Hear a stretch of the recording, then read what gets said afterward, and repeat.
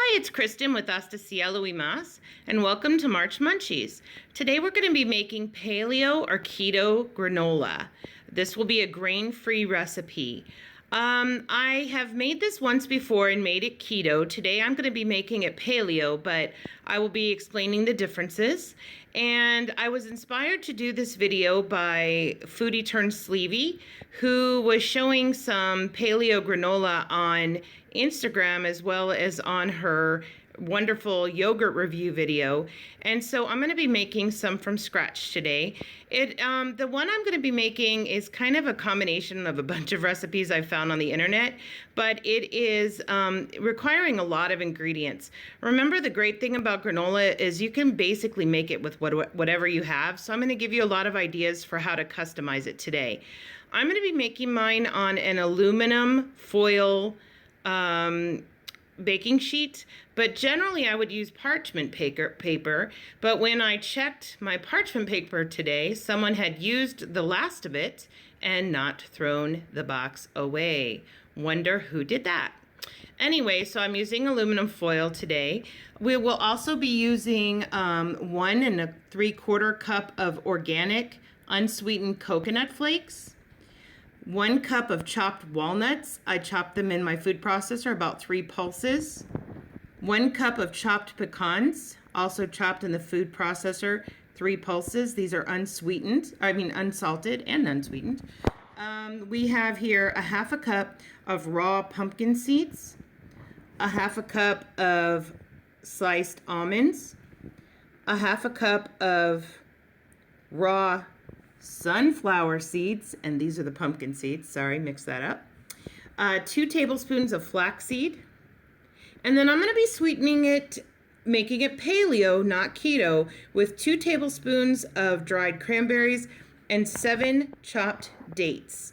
You can also use honey to sweeten it, making it also paleo, or you can sweeten with swerve, which I'm going to use a little bit of swerve.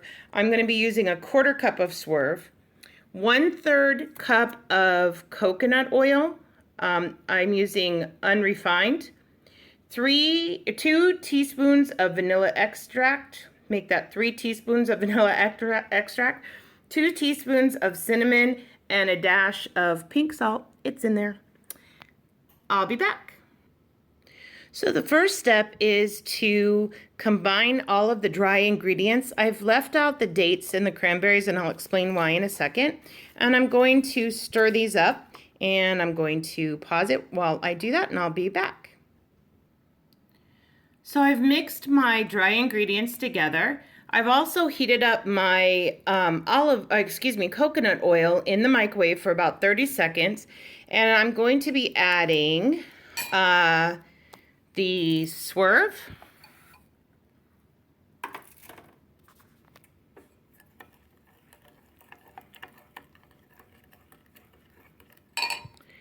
the cinnamon,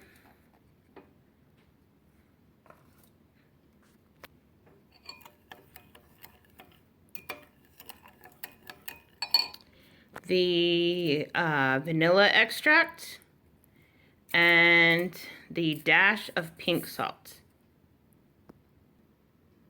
I've mixed my coconut oil mixture and will now be adding it to my dry mixture, and then I will be adding the cranberries and the chopped dates, and I will be slowly integrating them into the entire mixture.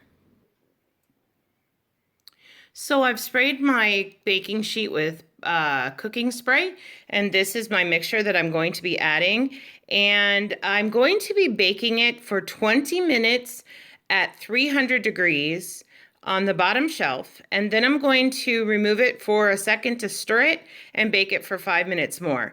The recipes I found have said to bake anywhere from 275 to 320, so I'm just splitting the difference.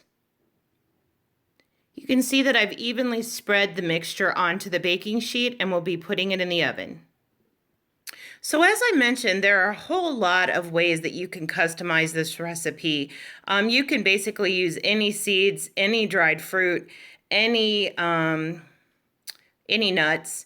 And this is very keto because it is moderately low protein. It has 4.9 grams of protein in a quarter cup or 1 ounce serving, and it has 23.8 grams of fat. The carbs are 9.6, but if you subtract the fiber, which is 4.6, to come up with net carbs, it's 5 net carbs per quarter cup serving. You can also customize it with pumpkin pie spice and cocoa, or pretty much anything that you want to use to customize this recipe. And there's many recipes online if you want to look them up. I was a huge cereal eater. I loved cereal, and I've missed cereal the last 7 months that I've been on this journey. But I had made this before I had surgery, and this will be the first time I'm making it post-op. What I'm looking forward to doing is just topping my granola, or using my granola to top my my Greek yogurt or Icelandic yogurt, which is what I prefer. But we'll just see what happens when I make it. It's going to make 23 servings. I think I'm going to be the only one in the house eating it. And I'm going to be storing it in an airtight container, but I'm also going to be putting it in little mini baggies and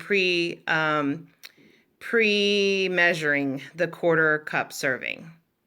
So I've removed the granola from the oven, and I think I'm going to make the recommendation to bake it at 275 versus 300 or 325. I think it might have gotten a little bit overcooked. I did take it out at 24 minutes. It looks a little lighter on camera than it does in person, but we're going to let it cool and then we'll try it and I'll let you know how it turns. So I've just finished bagging up my granola, and it actually made 28 servings as opposed to 23, and I'm not sure why. So the calories are going to be 210 versus 256. These are the baggies I use. They're just fold top sandwich baggies, and if you see what I do, I measure the quarter cup or the 1 ounce and I just tie it off. I do this with almonds and pecans and walnuts as well. And that way I'm really careful to only eat the serving that I want. The granola is very good. I would make the recommendation again to reduce the temperature to 275. I don't think I overcooked it time-wise, but I think it did taste like it would have been better if it had been a lower temperature. Anyway, I hope you enjoyed our granola, and I will see you again next week. Take care. God bless you from the heart of Texas.